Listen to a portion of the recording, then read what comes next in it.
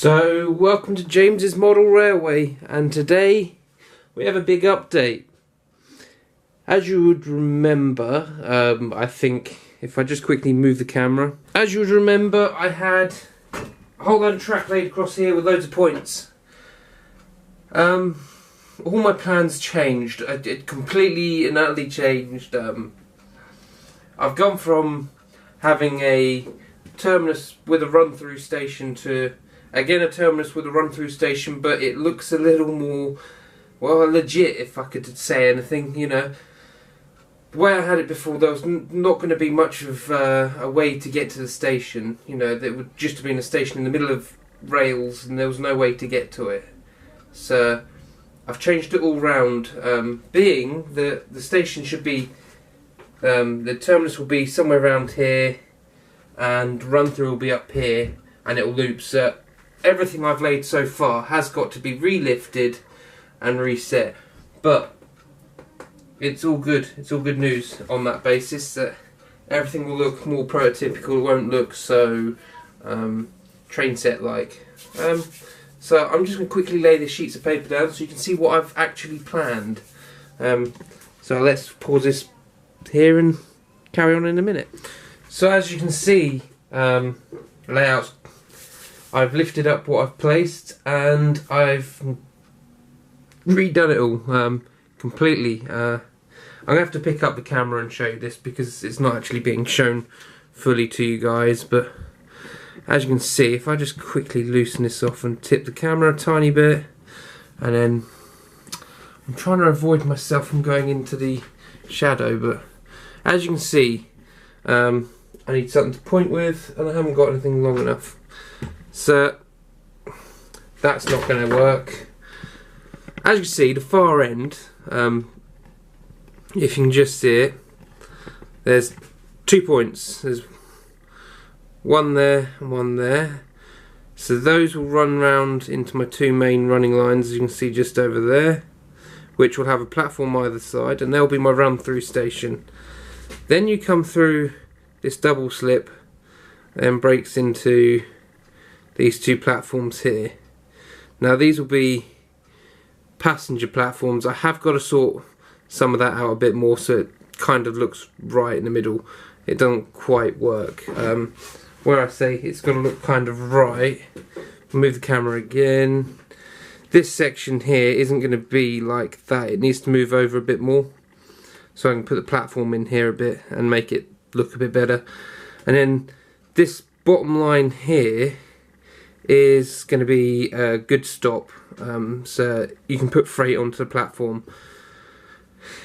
And then obviously I've got 2 points. Oh, my slipper's just fallen off. I've got two points here that go to nowhere at the minute. I've got a three-way point and an ordinary, I think that's a right hand turn off, could be a left hand, most likely, no, it's a right hand turn off, which will go on to something else. I don't know quite yet. These two here, I've got an idea for a freight yard, probably. As it comes around here, there'll be more of a freight yard scene going on. So I'll still have my incline and a terminus station up there somewhere or something like that. It may just stay an incline to somewhere. We don't know where. But I'm going to try and set this either not pre-war, post-war kind of setup. And then obviously on this side with all the junk and all the mess, this will be kind of like a modern day setup look. So I don't know if I mentioned to you guys what I've named the layout. I have finally come up for a name with the layout. It's going to be Time Valley. So it's going to be the TVM or TVR Time Valley Railway. So I finally come up with a name for the layout. It didn't take me long to do, lies, it took me a while. I was going to do something like our Western Centurion and do a seasonal thing, have a 4 seasons. And then when he came up with it and done it, and I thought, I've been pipped to the post to that one. And I thought, well, I'll do something different. I don't want to step on people's toes, or not step on people's toes, but do similar things to other people and look like it's copying. So I've come up with Tyne Valley Railway, and obviously, as it sounds, it's going to be, I wouldn't say gradual, because it'll go from post-war, just after post-war kind of look to modern day. So you'll go through from post-war to modern day, and that means I can then run all sorts of locos and all sorts of engines and things like that. It doesn't mean I'm stuck to one sort of era of locomotives and that. So you can have steam galas, you could have modern day trains go through. Because the buildings will be post-war, it's kind of all right. You'll kind of get away with it, you know, because a lot of stations nowadays,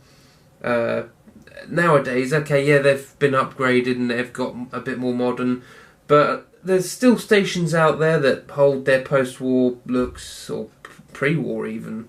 You know, there's the old building out houses and all that, and they've still got them. So I can get away with having that, and I'm going to go with that idea. So this station area is going to be post-war, like 1940s, late 1940s, and then the opposite side will be modern day, present. So a little more difficult for me to do, I reckon. I don't know.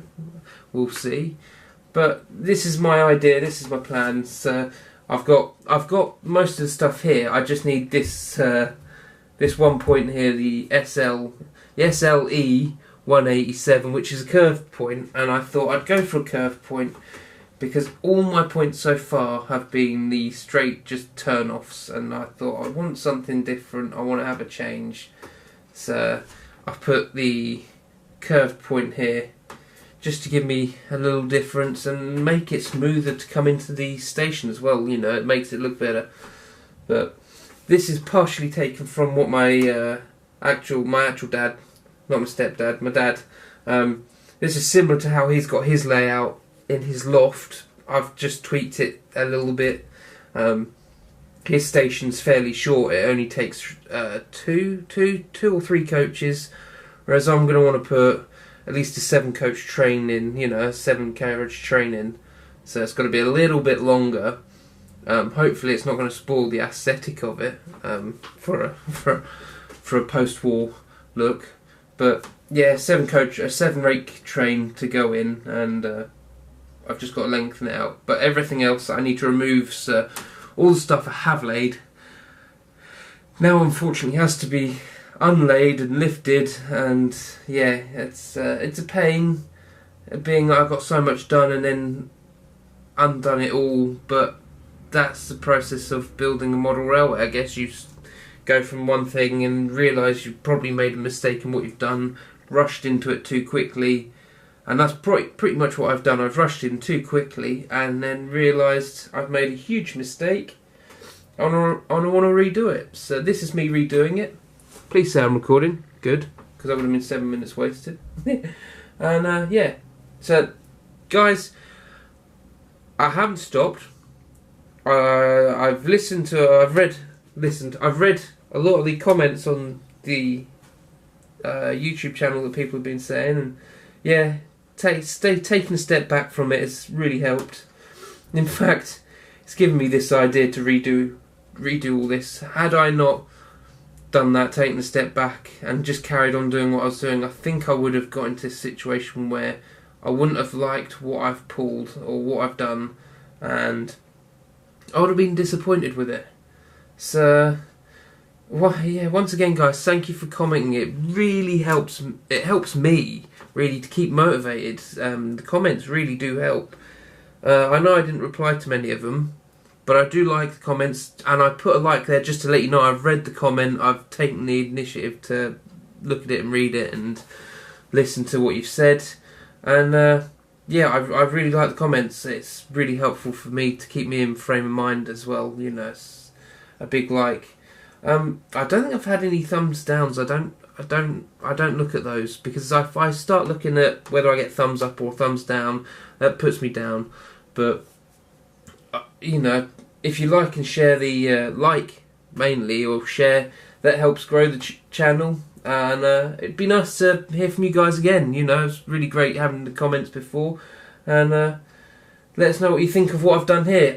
By the time you see this video, I may have already laid a small amount of this track out, but any comments you think it could do to adjust it, I'm more than welcome to listen to and read and ponder the idea and give it a go. I mean, it's down to you guys really that this happened. I mean, had I not read some of the comments, this may have not happened. I may have not gone, I should rethink this a bit, or, you know, down to you guys. The redo of the layout was really down to you, and set it in motion. And yeah, it's I can't. This is not like a blame or anything. This is actually a thank you. It helped open my eyes a bit more. So thank you again for all the new subscribers. I will have to start writing names down and give you a little shout out in the videos, because there have been a few of you actually just recently subscribed. That's tipped me over the 142 mark now. So I'm doing good. I think the channel's growing steadily, and hopefully it'll carry on doing so. I will be doing a video soon on scenicking this backing bit, so it will look a little more realistic, because at the minute it looks a bit trash.